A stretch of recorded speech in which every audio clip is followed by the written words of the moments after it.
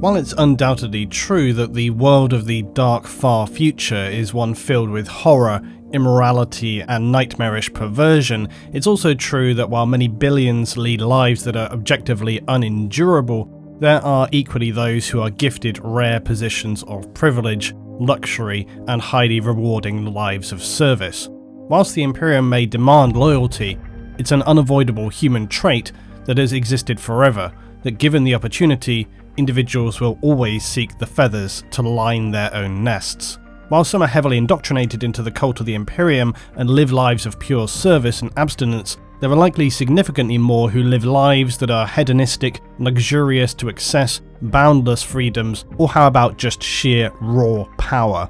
Again, as before, it's worth mentioning that often what I might designate as a job in the Imperium may or may not fall within our understanding of such a thing at this time. Often within the Imperium you're not actually paid, you might simply be assigned a duty through hereditary or just assignment, and you find that your life leads you down a certain path and a certain role to play. So what we might designate as jobs are more roles in society to play, but it's much the same. You're working to stay alive and contribute to the overall structure of human society.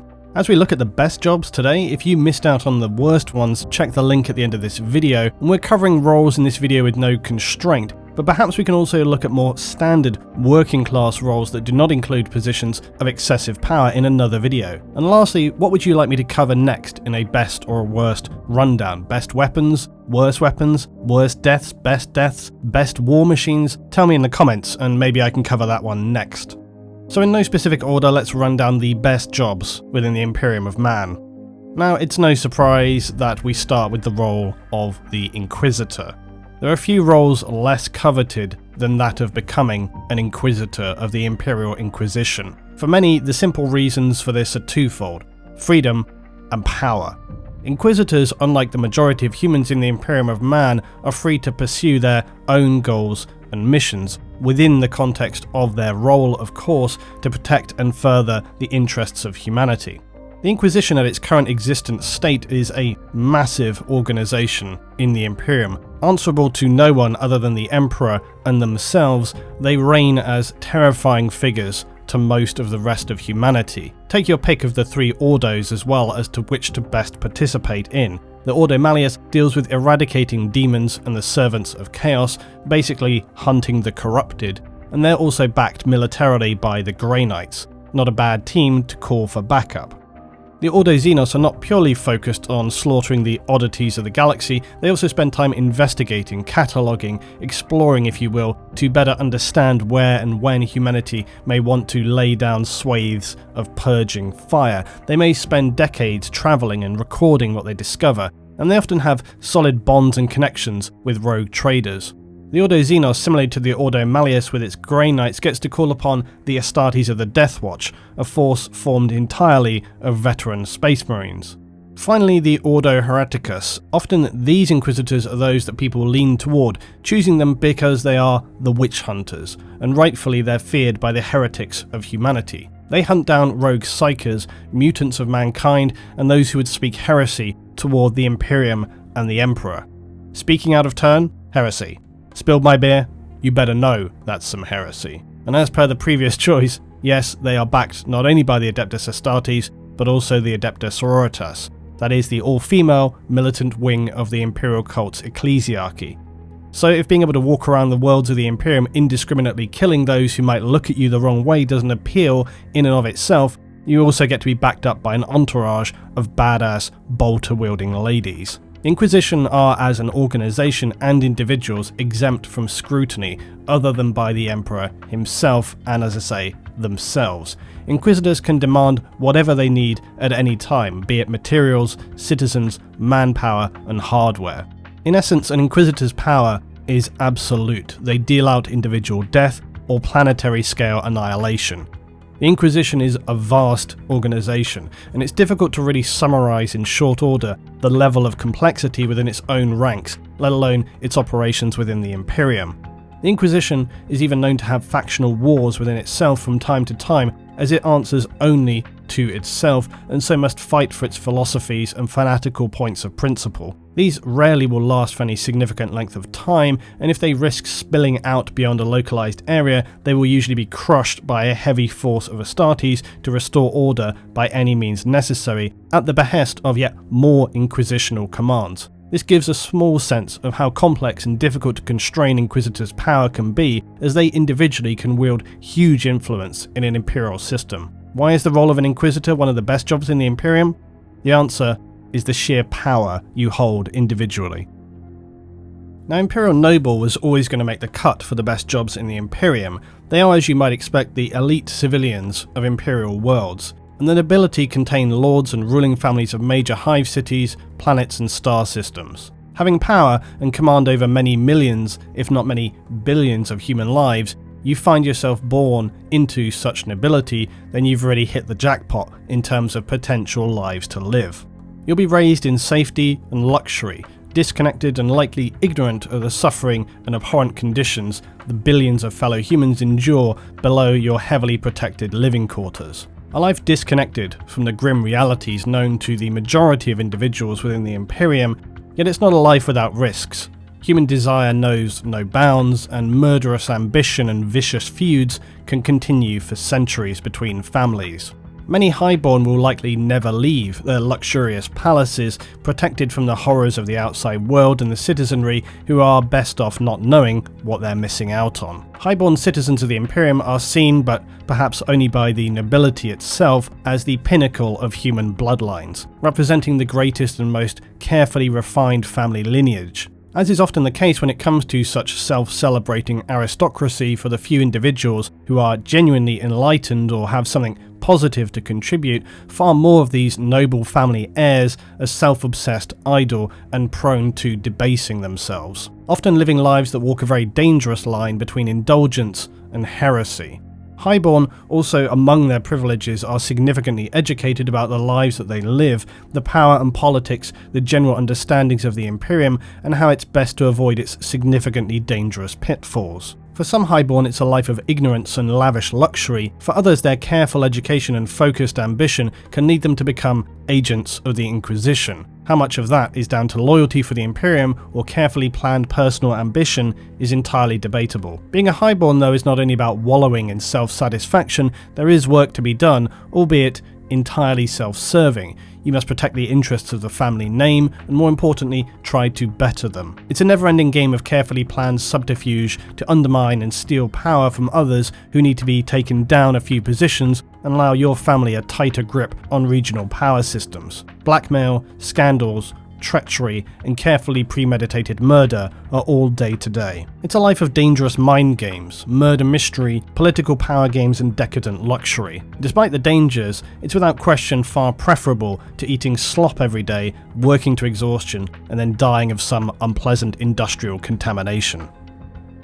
The ADEPTUS Custodes. Now, assuming the endless popular suggestion for best jobs in the Imperium, yet somewhat debatable when you really think about it. Overall though, I still think it's a good candidate, objectively speaking. Why do the Custodes come up so regularly when people think of perfect roles to play as part of the Imperium? Well, for one, the honour of serving so close to the Emperor. The Custodes are the personal bodyguard to the Emperor of Man himself, warriors of unmatched capability and whose sole purpose is to counter any potential threat to the master of mankind. Back in the days of the Unification Wars and the Great Crusade, the Custodes would follow the Emperor everywhere. Now, as he is interred on the Golden Throne on Holy Terror, they rarely leave the planet, taking a far less active role than they once did in the Imperium. And while their tedious daily lives may seem mind-numbing to some, they have seen renewed life as the Ultramarines Primarch has returned to lead humanity. And so it is that the Custodes' days of confinement to Terra over so many years has come to an end,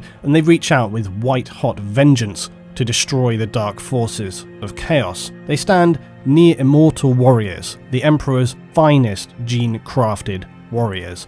Their dexterity and ability far beyond that of even ordinary Astartes, their minds powerfully refined and fortified, their education extensively studied in all matters. For they exist to not only be powerful defenders, but to serve as companions and counsel for the Emperor himself. They reach out now more proactively than ever, fighting as some of the most supremely powerful warriors that exist within the Imperium, retaining the honour that the blood of the Emperor runs through their veins. They are the golden light of the Emperor himself, his manifested spirit, and only surpassed in ability by the Primarchs and the Emperor himself. To be a Custodes is to be the pinnacle of human design. Their task of defending against the darkness may be challenging, but to stand individually as one of the most powerful and advanced forms of humanity ever created, beings of godlike strength and mental dexterity compared to your average human, bearing ornate crafted armour and weapons, and who are said to have been genetically individually crafted by the Emperor himself, there can be little dispute that the position of a Custodes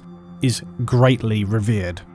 Rogue traders are an obvious idolised role within the Imperium of man. Where much of humanity leads assigned lives of extremely limited personal choice, rogue traders lead lives that are entirely the opposite. Lives of exploration and adventure and self-determination. They're able to travel wherever they feel is worthwhile, dreaming and speculating for the betterment of mankind, but also for themselves. Rogue traders lead a life that many can only dream of. Successful rogue traders will also have close-knit teams of specialists around them, experts in diplomacy, exploration, and combat. These individuals, though, unlike others related through their likely noble family ties, will be well-educated, with a strong sense of instinct and cunning, skilled merchants, potentially pirates, and most certainly opportunistic. Rogue traders are truly exceptional individuals, and it's easy to romanticize rogue traders as they rattle on through the void in their customized and potentially Xenos-adapted ships. Some rogue traders even end up feeling so disconnected from the Imperium that they end up feeling no strong ties with it, and they walk a very thin line between loyalty and heresy. The truest appeal to take on the role of a rogue trader, though, is the freedom of exploration and trade that it represents. You're not tied to a specific world, nor are you beholden to oaths of duty and service to the Emperor. You're not going to be sent out on orders back to back from one place to another, dealing with situations and entities that would be enough to destroy the minds of many ordinary citizens. As a rogue trader, you lead a difficult life, but a life where the challenges become their own rewards. Adventure, glory, and riches await the smartest and most capable of rogue traders, and for any who are able to locate the rarest of the rare lost STC templates, eternal glory in the Imperium awaits you.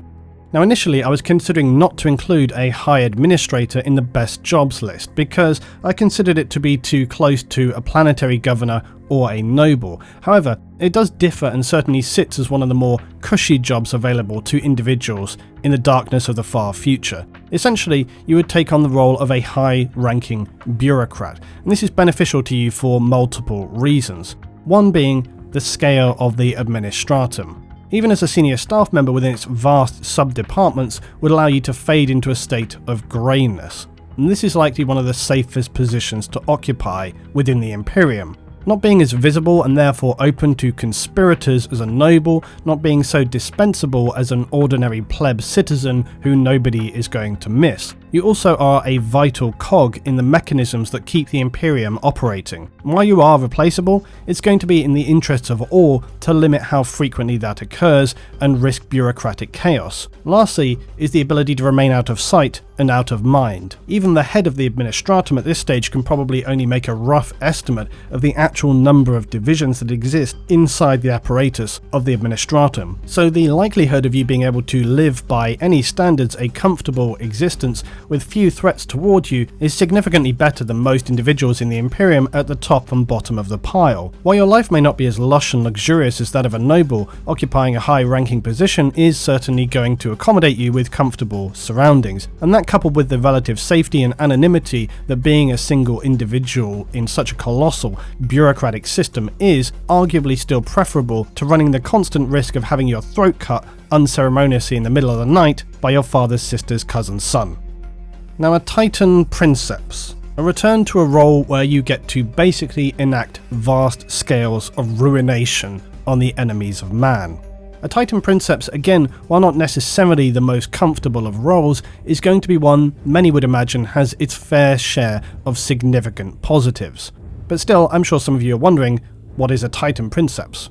Well, it is a senior officer who commands the world-ending scale of war machines that are known as Titans. Now, this is something I'll have to cover in a lot more detail later, but essentially a Princeps is a human individual with immense willpower. And this is required because they are ordered to operate a Titan, the massive war machines that tower over battlefields, tower over cities. The Princeps must mentally interface with the machine itself and be able to control the Titan's incredibly powerful machine spirit. It is rare for humans to exhibit the strength necessary, and those individuals are exceedingly rare, as low as 1 in 10 million. For this reason, you as an individual are as near to indispensable as any individual in the Imperium. You'll be heavily guarded, and if your vast war machine were to be disabled in battle, no resource would be spared to recover you. One of the very few situations where the Imperium cares significantly about an individual human life. Operating a Titan is also highly addicting. For perhaps obvious reasons, the Princeps will feel the Titan as if it were their own body.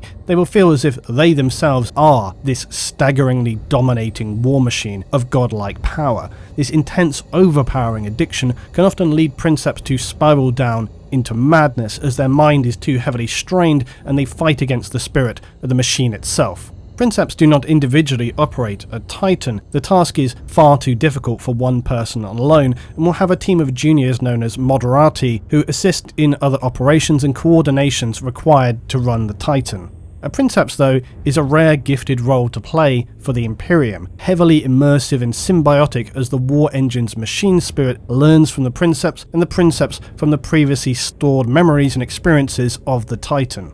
It is a position few could ever imagine having the opportunity to be, designated as a commander and operator of one of the most powerful weapons the Imperium holds. To rain down prophetic fury and devastation against the enemies of man with impunity as you look down with powerful superiority upon the ant-like figures that you are crushing, rending, tearing, and exterminating with fire. The fools who would stand against the might, power, and irresistible force of the Imperium of man.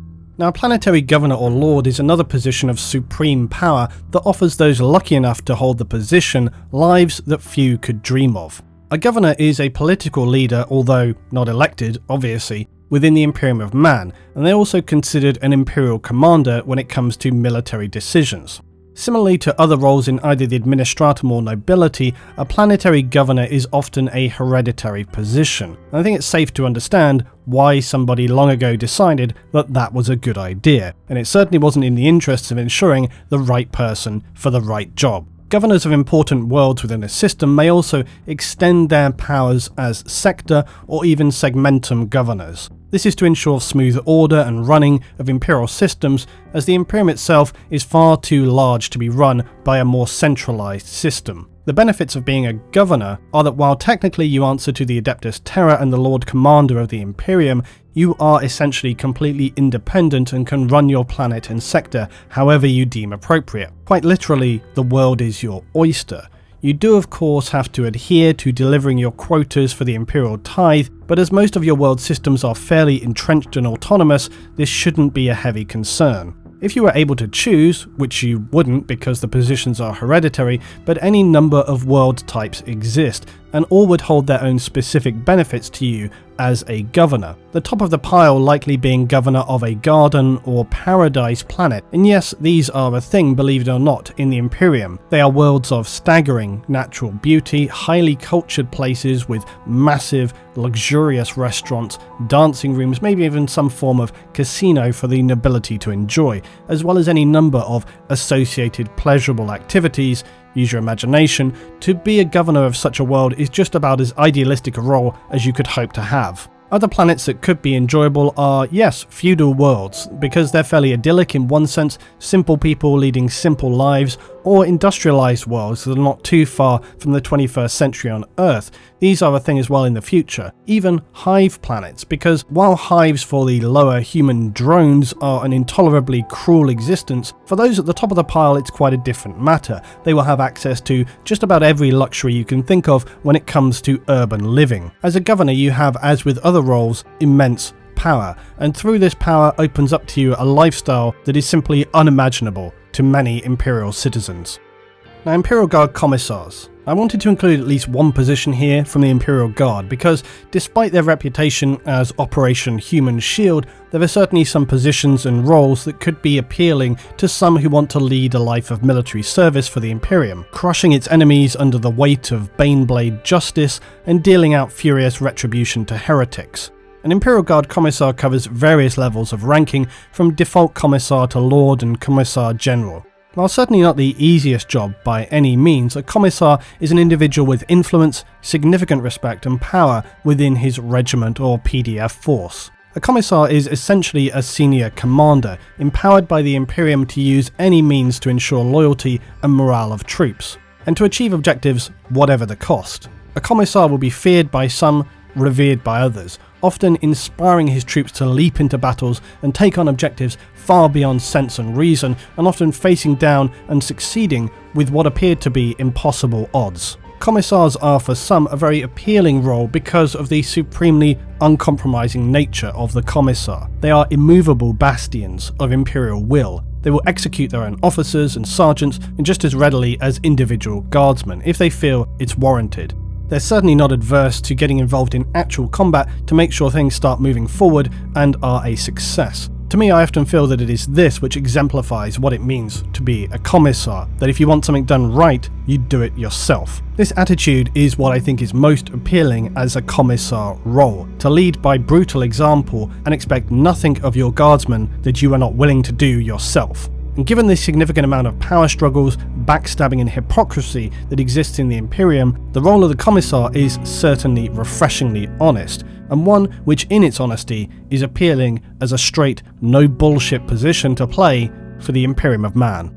Imperial citizens. Okay, now hear me out on this. I know this is a bit vague, and I actually hate myself somewhat for putting in something so vague, but what I wanted to include here is that for all the nightmarish horror and disgusting waste of life that exists in the Imperium, there are also plenty of mid-level roles or planets that do not suffer the same intolerable conditions that others endure. And these lifestyles apply to many roles that you couldn't simply assign to one job. The extremes that we often discuss in the darkness of the far future are always the forefront of what is presented in our view of the Imperium, because so much of it concerns military matters or planets which serve to supply military necessities for the Imperium's forces. However, there are plenty of planets like the previously mentioned Garden or Paradise worlds where the conditions are far from nightmarish.